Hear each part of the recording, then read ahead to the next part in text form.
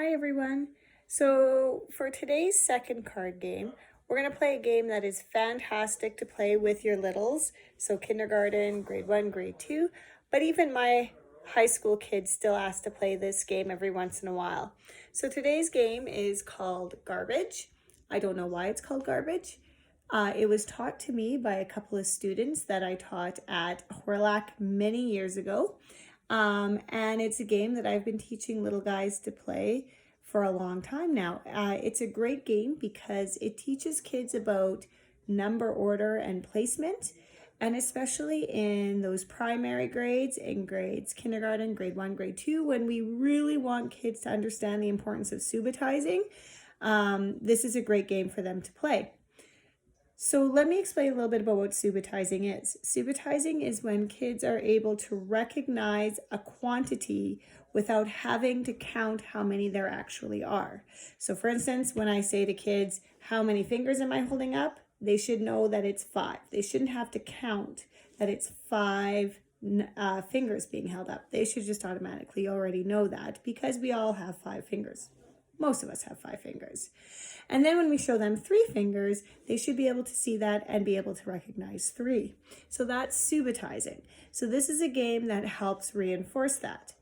Other great games that reinforce subitizing are dominoes, because kids have to recognize the domino pieces. So if you have dominoes at home, that is great for teaching kids about subitizing and recognizing numbers. And then one other thing is any games that require dice. So Trouble, Monopoly, any sort of game where kids have to look at a dice value, and then instead of counting how many dots are on the dice, just knowing that this is what 6 looks like, this is what a 5 looks like, and then teaching them just to trust that the dots that they see represent the quantity or the number that they know it is. Another thing we use in the primary grades is what we call a 10 frame. And a 10 frame is just strictly a mat with 10 blocks. And this is important for this game. So when the kids see that there are 3 chips put on that 10 frame, they should know it's 3 automatically. They shouldn't have to count. This game will help enforce that and reinforce those ideas because we work with a 10 frame with this game. So when the kids are given a number, they're going to have to know where it is on the 10 frame. So let's learn how to play Garbage. Today, Ethan and Hannah are going to play with us.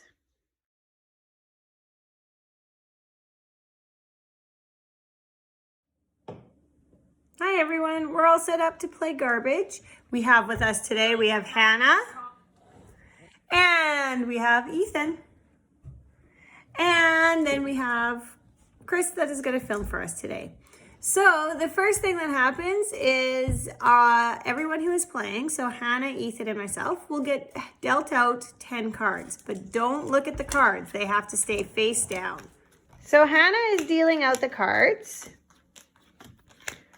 and we're each going to get our 10 cards. And then remember that 10 frame I showed you upstairs? We're going to set up our cards face up with like a 10 frame. Face down. Face down. This is very hard to do while holding a camera. There we go. So as you can see, Ethan's cards are face down, mine are face down, and Hannah's are face down. And we are playing with jokers. Jokers are wild in the game, and hopefully we'll see a joker and you will see how we play with the jokers as wilds. Because Hannah dealt, Ethan gets to go first. He's going to pick up the first card from the draw pile. The first card he picks up is a 3. So now he's going to put his 3 in his 10 frame where the 3 is. And what he's going to do then is turn over the card that was there. If the card fits in another spot in his 10 frame, he's going to replace it with that spot. And he continues until he can't do it any longer. He picked up a 7. He already has a 7, so he can't use this 7. Now that it's my turn, because Ethan has discarded, I get to take this 7 and put it in my spot in the 10 frame. The one thing we want to try and teach our kids to do in this in this game is realize where the 7 spot is. We don't want them to have to count. At first they will, but in the end, we want them to know that this is the spot for the 7s. So I'm going to put the 7 here and flip over. I know this is the spot for the 4. I'm going to flip over and keep going until I can't go anymore. I already have a 4 in my 4 spot, so now I'm going to pass that 4 in the discard, and now it's Hannah's turn. Hannah's going to flip over her cards until she can't anymore. And we just keep going until we can't go any longer. Pause. So Ethan, when he replaced the 10, he flipped over the joker. Jokers are wild. Ethan can now choose to put that joker in any of the spots that are currently covered. If he picks up that number another time, he can replace that joker and use it in another spot. However, if one of us pick up that number, we can steal it from Ethan to put in our 10 frame. So Ethan's going to put it in the spot of the 6. Ethan has picked up a face card. Face cards are automatically lose your turn. So because I can't use the queen, I now have to pick up from the pile. I picked up a king, which means I lose my turn. It's now Hannah's turn.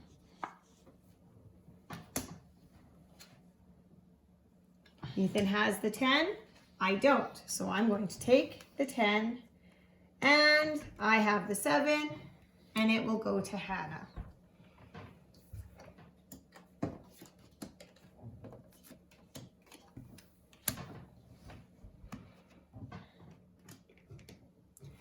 My turn. I picked up a 6. I already have a 6 in my spot, but Ethan has a joker in the place of his 6. So I'm going to steal his joker and put my 6 there. Now I get to choose where I want to place my joker. I'm going to choose the 8 spot because both Hannah and Ethan don't have an 8. So if they turn over an 8, they have to put it in their spot.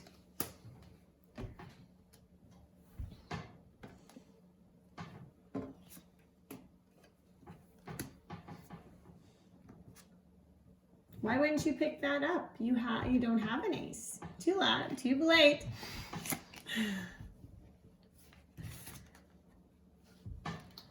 I thought Hannah put down 4. I picked up an 8, which means I can take my joker spot, or my spot with my joker, and put it in another spot. Oh, look. I'm really doing well at this game today. Ah.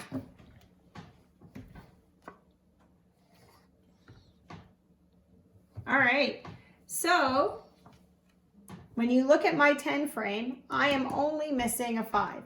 Ethan picked up a 5 and couldn't use it. So now I get to take the 5, put it in my 10 frame, and now I am full from 1 to 10. That ends this turn. So when we play again and Ethan deals, Ethan and Hannah will be dealt 10 cards, where I will only be dealt 9 cards. And then every time you win, you get one of the cards taken away from your 10 frame.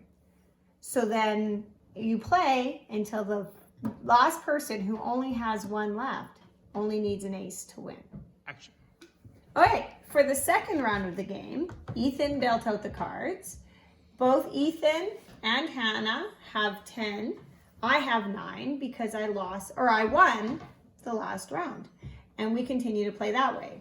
So remember that jacks, queens, and kings are lose your turn, and then for me now, a 10 would mean lose my turn because I have no need for a 10. I'm now just going from ace to 9. And this game can continue on until the last person gets just 1 card and they win the game. So it can take a while. Like I said, this is a great game to play with your littles. You can choose to play with jokers. You can choose to leave them out. That's entirely up to you. We like to play with jokers because it's fun to steal from other people. And this is the game of garbage that was taught to me by some students at Horlock.